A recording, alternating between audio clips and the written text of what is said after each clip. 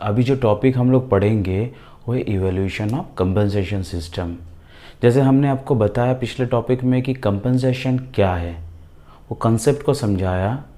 फिर आपको मैंने बताया कंपनसेशन मैनेजमेंट क्या है। अब देखिए, कंपनसेशन मैनेजमेंट किसी न किसी रूप से तो इवॉल्व हुआ है, तो उसी इवोल्यूशन के बारे में यानी विकास हुआ है, कैसे इसका विकास हुआ उसके बारे में हम आपको बताएंगे। देखिए, अगर कंपनसेशन सिस्टम के इवोल्यूशन के बारे में बात करें तो आप दिमाग में रखना कि ट्रेडिशनली कुछ फॉलो किया जाता था। ठीक, ट्रेडिशनल हुआ करता था।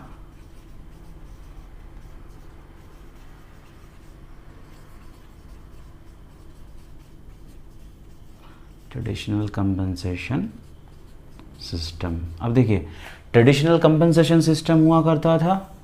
अब उसी सिस्टम में चेंज आया। ठीक, अब मैं बताऊंगा आपको सारे one by one. Change in compensation system. ठीक, और फिर आया आखिरी में मॉडर्न।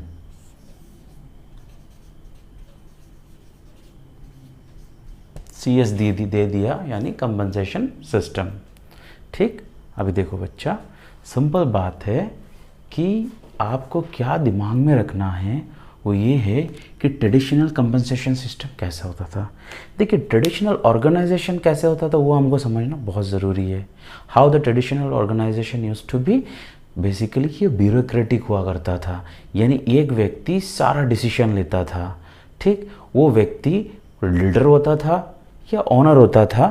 ओके, मैनेजर्स हो सकते हैं, यानी जो टॉप पोजीशन में बैठा हुआ होता है वही सारा डिसीजन लेता है बिजनेस का।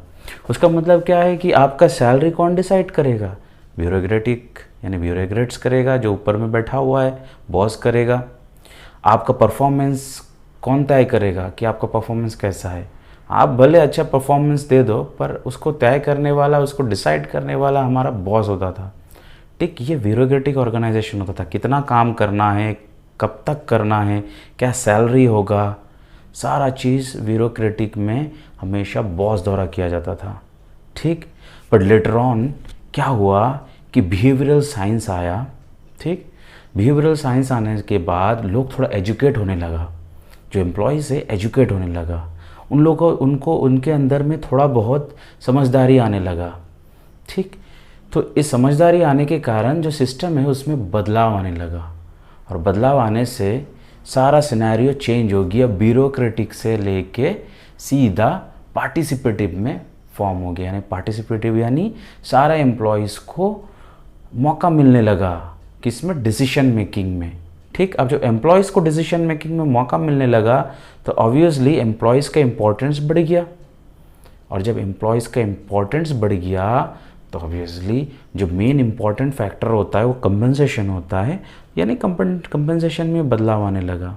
ठीक, तो देखिए, अभी जो इवोल्यूशन यानी जो कंपनसेशन सिस्टम है उसका कैसा विकास हुआ, क्या स्थिति था, बाद में क्या स्थिति बना, ठीक, उसके बारे में वन बाय वन हम देख लेंगे।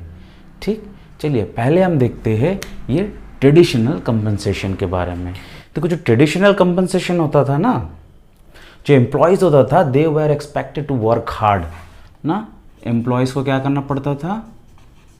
Employees were expected to work hard. ठीक, क्या है ना कि आपको बहुत काम करते जाना है, सिर्फ काम करते जाना है, हार्ड वर्क करते जाना है। ठीक, आपका जो रिजल्ट है, आपने कैसे परफॉर्मेंस दे रहे हो, वो सब डिसाइड आपको करने का हक नहीं है। आपको क्या करना पड़ता था? सिर्फ हार्ड वर्क करना पड़ता था। जो एम्प्लॉयज़ होता था वो सिर्फ हार्ड वर्क करते थे। ठीक है, और दूसरी बात है बॉस को ओबे करना, ओबे द बॉस ना। बॉस को ओबे करना पड़ता था। बॉस जो भी बोलेगा वही राइट है, भले बॉस कितना भी रॉन्ग बोल दे वही राइट है, क्योंकि बॉस ने बोला। और आपका बॉस के साथ रिलेशन ही आपका जॉब में रहना और नहीं रहना तय करता था, यानी job security depend upon relationship with boss. ठीक है, जॉब सिक्योरिटी, ठीक, security depends on relationship with boss. ठीक है, समझ लेना, ये ट्रेडिशन में हुआ करता था। अब जॉब सिक्योरिटी जब बॉस का ऊपर डिपेंड करता था तो ऑब्वियसली सैलरी वेजेस कितना होगा ये भी बॉस डिसाइड करता था। तो ट्रेडिशन में यही हुआ करता था। ठीक, बॉस डिसाइड करता था कि आपको रहना नहीं रहना, आपको इस साल के बाद जाना पड़ेगा या नहीं जाना पड़ेगा, आपका सैलरी बढ़ाएंगे नहीं बढ़ाएंगे, कौन डिसाइड करता था? बॉस डिसाइड करता था। ठीक है, और जो सैलरी होता था ना वो ईयरली बेसिस में इंक्रीमेंट होता था।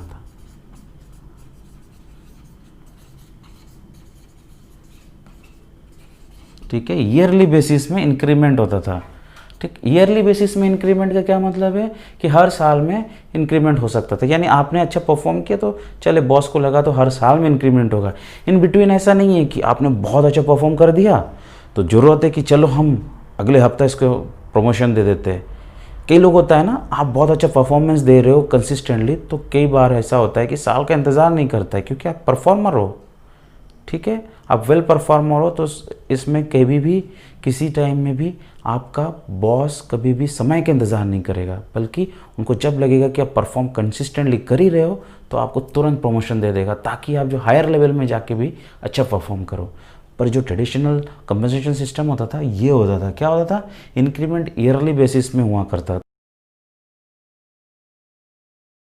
5 बेसिक नीड्स है ह्यूमन बीइंग का, और सारे नीड्स जो है हर इंसान के अंदर में होता है, पर बेसिक जो नीड होता है वो हमारा फिजियोलॉजिकल नीड होता है, यानी हमारा रोटी कपड़ा मकान, ये हमारा बेसिक नीड होता है। पहले पेट भरते हैं उसके बाद हम कपड़ा का बारे में सोचते हैं। ठीक, उसके बाद हम क्या सेफ्टी नीड सोचते हैं। फिर जब सेफ्टी नीड हो जाता है तो हम क्या सोचते हैं? सोसाइटी में थोड़ा सा हमारा भी अप्रिसिएशन मिले, सोसाइटी में भी हमारा थोड़ा बहुत पहचान हो जाए। अब देखिए ये सारा नीड्स आने के बाद बिहेवियरल साइकोलॉजी समझ में आया लोगों को। सिर्फ पैसा से मतलब नहीं है, psychological need, social need, moral support, ये सारे सपोर्ट्स का ज़रूरत है पैसा के अलावा। ठीक, और जब ये सब थिंकिंग्स आ गया ना लोगों का दिमाग में, लोग एजुकेट हो गया। हाँ, और जो एम्प्लॉइज़ है उसको वो खुद एजुकेट होने लगा, जो एम्प्लॉयर है वो भी एजुकेट होने लगा इस विषय में कि यार हम सिर्फ एम्प्लॉयज़ के साथ एज ए वर्कर ट्रीट नहीं कर सकते, we have to treat them as a human being. तो जब ये सिचुएशंस आया तो क्या हुआ? ये सिचुएशंस आने के बाद कंपनसेशन सिस्टम में भी बदलाव आ गया। अब मॉडर्न कंपनसेशन सिस्टम बदल के मॉडर्न कंपनसेशन सिस्टम बन गया। जो ट्रेडिशनल था वो मॉडर्न बन गया। मॉडर्न इसलिए बना क्योंकि ट्रेडिशनल में कुछ बदलाव आया और वो मॉडल बन गया। ठीक, बदलाव आता है, कुछ पुराना हमारा होता है ना, टैबोज होता है, सोसाइटी में टैबोज होता है, कई तरह का कुसंस्कार होता है ना, वो कुसंस्कार में कुछ बदलाव आता है कि नहीं ये गलत है, सही क्या है, ये सही है। और जो सही थॉट होता है हमेशा मॉडर्न थॉट होता है। ठीक, अब क्या है हम बात करेंगे कि ये ट्रेडिशनल से मॉडर्न में जब बदला तो उसमें क्या क्या आ गया। अब तक हम लोगों ने देखा कि ट्रेडिशनल ऑर्गेनाइजेशन में कैसा कंपनसेशन दिया जाता था, कंपनसेशन स्ट्रेटजी कैसे होता था, ठीक, कंपनसेशन सिस्टम कैसा होता था। अभी हमने ये भी देखा कि उसमें चेंजेस कैसे आया। चेंजेस ऐसा आया कि वहाँ पे बिहेवियरल साइंस का एंट्रेंस हुआ। यानी बिहेवियरल साइंस यानी आपका अब्राहम मास्लो का वो जो थ्योरी है ना, मास्लोस का नीड हायरार्की थ्योरी, जिसके कारण लोगों के अंदर एजुकेशन आया, जो एम्प्लॉयर्स और एम्प्लॉयज़ बहुत एजुकेटेड बन गए इस विषय में कि ह्यूमन बीइंग को सिर्फ हम एक मशीन के तौर पे नहीं, एक वर्कर के तौर पे नहीं, बल्कि एक ह्यूमन बीइंग का तौर पे ही देखना चाहिए। ठीक, उनका साइकोलॉजिकल नीड्स भी होता है, उनका सोशल नीड्स भी होता है, समाज में उनका एक एफिलिएशन होता है, समाज में एफिलिएशन के साथ साथ उनका एक रिकॉग्निशन होना भी बहुत ज़रूरी है। यानी उनको आप सीधी तौर पे थोड़ा सा रेस्पेक्ट देना ज़रूरी है। ठीक, अब जब ये बदलाव आता है तो मॉडर्न ख्यालियात आने लगता है। मॉडर्न ख्यालियात में क्या बोलता है कि अब लोग एजुकेटेड होने लगा, स्किल बढ़ने लगा। ठीक, क्यों स्किल और बढ़ने लगा या एजुकेटेड होने लगा लोग? क्योंकि अभी का जो ऑर्गेनाइजेशन का नीड है वो बदलने लगा, कंपटीशन बढ़ने लगा। कंपटीशन के कारण लोगों स्किलफुल पर्सन को ही एम्प्लॉयमेंट मिल रहा था। हाईली स्किल्ड और एजुकेटेड पर्सन के एंट्री होने के कारण उनको सैलरी भी हाई देना पड़ गया, क्योंकि आप ऑब्वियसली हाई स्किल्ड और हाई एजुकेटेड पीपल लोगों को अगर एम्प्लॉयमेंट दोगे तो आपको सैलरी, वेजेस, अदर बेनिफिट्स देना पड़ेगा। तो ऑब्वियसली कंपनसेशन सिस्टम में बदलाव आने लगा। ठीक, अब यही पर्सन को ना जैसे ट्रेडिशनल में जैसा देखा जाता था वैसा नहीं देखा जाता है, अब इन्हें ह्यूमन बीइंग के तौर पे देखा जाता है। ब्यूरोक्रेट जैसे अपना अपना अधिकार को थोप देते थे, अथॉरिटी नहीं देते थे, बस रिस्पॉन्सिबिलिटी दे देते थे। बट अब क्या हुआ, जो ब्यूरोक्रेट्स है वो उनको बोल देता कि you can take your own decision, यानी आपको पार्टिसिपेटिव बना दिया। उसके साथ साथ डेलीगेशन ऑफ अथॉरिटी आ गया, उनको डेलीगेट करने लगा अथॉरिटी को, यानी आप जो काम कर रहे हो उस काम के लिए आप डिसीजन ले लो। ठीक, आप डिसीजन लो, अपना मर्जी से काम करो, काम करके काम को फिनिश करो भाई, कैसे करना है आप कर लो, हम बीच में इंटरफेयर नहीं करेगा, बॉस बोलने लगा। किसमें? मॉडर्न ख्यालियात में। अब आप जैसे आप परफॉर्मेंस दे रहे हो उसके हिसाब से आपको सैलरी मिल रहा है। ठीक, पहले क्या होता था, सैलरी बॉस को आप बढ़िया से बटरिंग करके रख दो, बॉस आपको रिटेन भी कर देगा, सैलरी भी अच्छा देगा, इंक्रीमेंट करेगा, 15, 25, 30 बार आप उनको बटरिंग करते रहो, पीछे पीछे घूमते रहो, उनका सारा काम कर दो, घर का काम करो, जो बोलता है सुनो, रात 12 बजे भी बोलेगा सुनो बॉस, क्योंकि बॉस से आपको मतलब है। पर अभी क्या है, आप ऑर्गेनाइजेशन में आया, आपने काम किया, आपने परफॉर्मेंस दिया, आपने सैलरी उठाया, क्या बोनस मिल रहा है आपको, कमीशन मिल रहा है आपको, ये सारा तय हो गया। ठीक, पर पुराना दिनों में, ट्रेडिशनल डेज में ऐसा नहीं था। अब जो कंपनसेशन है ना वो बिजनेस गोल के ऊपर डिपेंड कर रहे हैं, बिजनेस गोल का हिसाब से ही कंपनसेशन डिसाइड हो जाता है। ठीक, बिजनेस का बड़ा सा गोल है तो ऑब्वियसली जो एम्प्लॉयज़ है उनको अच्छा कंपनसेशन देना, और उसी का हिसाब से कंपनसेशन देने लगा। ठीक है, कंपनसेशन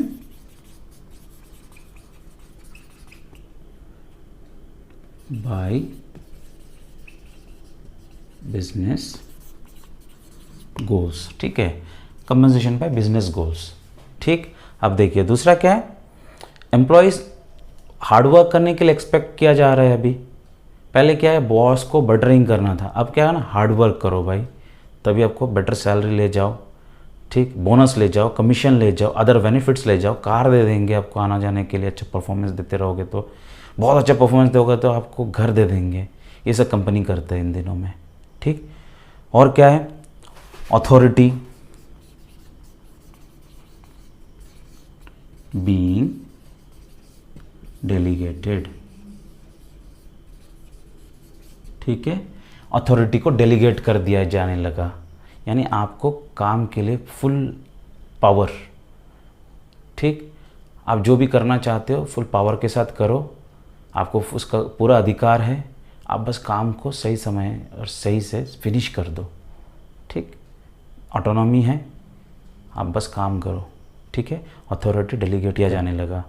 अगला क्या, जो एम्प्लॉयज़ है ऑर्गेनाइजेशन में अपना आप को वैल्यू फील करने लगा, यानी वो वैल्यूड है, उसका बहुत कीमत है, उसका इम्पोर्टेंस है, वैसा फील करने लगता है। और जब ऐसा फील करने लगता है ना, आपको बता दो कोई भी एम्प्लॉय ना बॉस का कहने का कोई ज़रूरत नहीं है, वो अपना रिस्पॉन्सिबिलिटी खुद समझने लगता है, खुद करते रहता है।